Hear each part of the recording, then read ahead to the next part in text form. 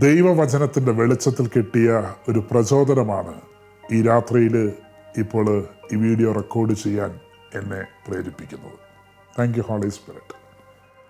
സങ്കീർത്തനങ്ങളുടെ പുസ്തകം 118:24. കർത്താവ് ഒരുക്കിയ ദിവസമാണിന്ന്, ഇന്ന് സന്തോഷിച്ചുല്ലസിക്കുക. This is the day the Lord has made, let us rejoice and be glad in it. കർത്താവ് ഒരുക്കിയ ദിവസം, കർത്താവിനാൽ നമുക്കായി ഒരുക്കപ്പെട്ട ദിവസം. ക്രിസ്തുവിൽ ഏറ്റവും പ്രിയപ്പെട്ടവരെ, ഈ ഭൂമിയിൽ നമുക്ക് ലഭിക്കുന്ന ഈ ജീവിതം നാം എത്ര നാൾ ജീവിച്ചു എന്നതിലൊന്നും ഒരു കാര്യവുമില്ല, മറിച്ച് യേശുക്രിസ്തുവിനെ നമ്മിൽ എത്ര നാൾ ജീവിക്കാൻ അനുവദിച്ചു എന്നതിലാണ് കാര്യം. So the life is not measured merely in the number of years we live, but how much we allow Jesus Christ to live in us. ക്രിസ്തുവിനെ എത്ര നാൾ നമ്മിൽ ജീവിക്കാൻ അനുവദിച്ചു എന്നതാണ് പ്രധാനം. നമുക്കറിയാം, ഓരോ ദിവസവും ദൈവത്തിൻ്റെ ദാനവും വിളിയുമാണ്. Every day is therefore a gift and a call. എന്തിനാണെന്നല്ലേ? To know him, to love him, to serve him and to reflect his light to the world. യേശുക്രിസ്തുവിനെ കൂടുതൽ അടുത്ത് അറിയുവാനും, കൂടുതൽ അടുത്ത് സ്നേഹിക്കുവാനും, കൂടുതൽ യേശുവിനെ സേവിക്കുവാനും, യേശുക്രിസ്തുവാകുന്ന വെളിച്ചം ലോകം മുഴുവനും പ്രതിഫലിപ്പിക്കുവാനുമാണ് ദൈവം നമുക്കായി ഓരോ പ്രഭാതവും ഒരുക്കുന്നത്, ഓരോ ദിവസവും ഒരുക്കുന്നത്.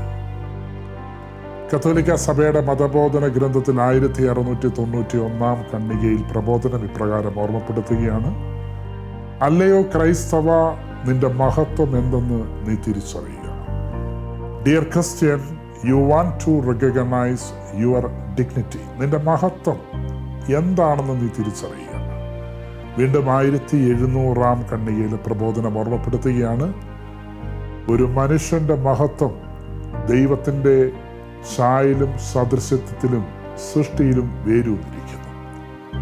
The dignity of a human person is deeply rooted in his creation and the image and the likeness of God. എന്ന് വെച്ച് കഴിഞ്ഞാൽ, നാം ഒരു വ്യക്തിയെ കാണുമ്പോൾ ആ വ്യക്തി നമ്മിലൂടെ യേശുവിനെ കാണണം. നമ്മളൊരു വ്യക്തിയോട് സംസാരിക്കുമ്പോൾ ആ വ്യക്തി നമ്മിലൂടെ യേശുവിനെ കേൾക്കണം. നമ്മുടെ സാന്നിധ്യത്തിൽ നമ്മൾ ആരുടെ അരികിലേക്ക് എത്തുന്നു, അവരെല്ലാം യേശുവിനെ അനുഭവിക്കണം. നമ്മൾ സ്പർശിക്കുമ്പോൾ ക്രിസ്തുവിനാൽ ആ വ്യക്തികൾ സ്പർശിക്കപ്പെടണം. ഞാൻ എപ്പോഴും ചിന്തിക്കാറുണ്ട് വിശുദ്ധ ഫ്രാൻസിസ് അസീസിയുടെ ആത്മാവിലുള്ള ശക്തമേറിയൊരു പ്രാർത്ഥനയെക്കുറിച്ച്. വിശുദ്ധൻ പ്രാർത്ഥിക്കും: എൻ്റെ കർത്താവേ, എന്നെ അങ്ങയുടെ സമാധാനത്തിൻ്റെ ഒരു ഉപകരണമാക്കണമേ. Lord, make me an instrument of your peace. വളരെ ജീവിതത്തെ രൂപപ്പെടുത്തുന്ന ഒരു പ്രാർത്ഥനയാണിത്. Yes, the world does not need more noise.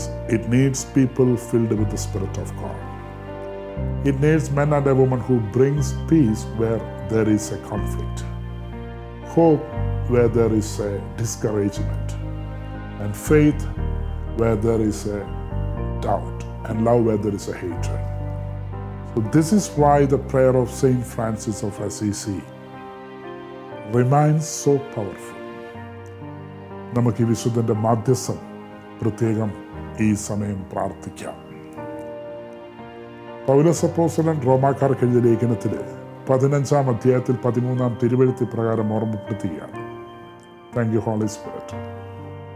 പ്രത്യാശയുടെ ദൈവം നിങ്ങളുടെ വിശ്വാസത്താൽ സകല സമാധാനവും സന്തോഷവും കൊണ്ട് നിങ്ങളെ നിറയ്ക്കട്ടെ.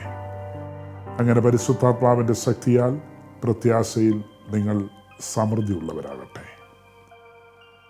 The God of hope fill all of you with joy and peace in believing, so that by the power of the Holy Spirit you may abound in hope. അതുകൊണ്ട് കർത്താവ് ഒരുക്കിയ ദിവസത്തിൽ പരിശുദ്ധാത്മാവിൽ ഞാൻ നിങ്ങൾക്ക് വേണ്ടി പ്രാർത്ഥിക്കുന്നു. Lord, I pray that each one of us may closer to Jesus Christ and renewed by the power of the Holy Spirit. കർത്താവ്, എന്നെ കേട്ടുകൊണ്ടിരിക്കുന്ന ഓരോ മകനും മകളും അങ്ങയോട് കൂടുതൽ അടുക്കുവാനും പരിശുദ്ധാത്മാവിൻ്റെ ശക്തിയാൽ പുതുക്കപ്പെടുന്നതിനുമായി ഞാൻ അങ്ങയോട് പ്രാർത്ഥിക്കുന്നു. So stay blessed. Holy day in Christ. Hallelujah.